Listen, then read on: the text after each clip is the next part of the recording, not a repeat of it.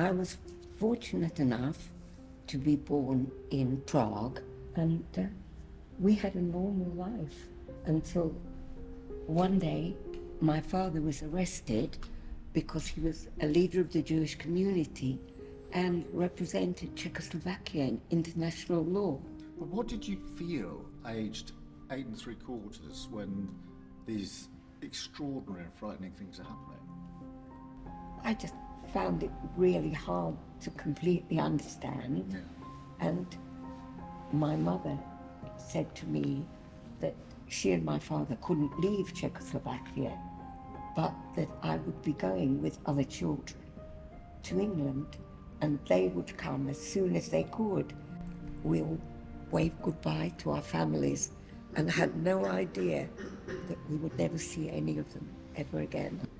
I was about 4 or 5 years old when the Hungarian government decided to restrict everything to do with the Jews. And by 1943, all the restrictions were in place. And that's when my father was taken to a labor camp. And not much after that, Adolf Eichmann decided that it's now time to get rid of all the Jews. And they went from block to block, trying to find as many Jews as possible and take them to concentration camp. But my aunt stayed with us, and miraculously she grabbed me and took me across to a non-Jewish neighbor who hid us in his cupboard. And you can imagine I was 7 years old, hiding in the cupboard. If we would have been discovered, both of us, as well as the neighbor, would have been immediately shot.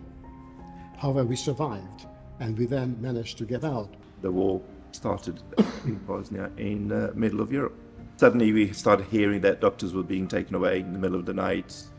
People were in police, judges, teachers. I remember seeing soldiers walk through the streets shouting, "All the men come out." All the men started walking out, my dad, my brother, and I started walking. I was 16, I was quite tall, and my mum said to me, you get back to the house, you're a child, you're not going anywhere. So I did, and I always say, I've never argued with my mum, I always listened, and I believe that saved my life. Had I gone in, I would not have the strength to survive. What do you say, particularly to young people who won't have any personal experience of the history that you have, the story you have? We hoped that once the war was over, that things would go back to normal. And they did for a long time.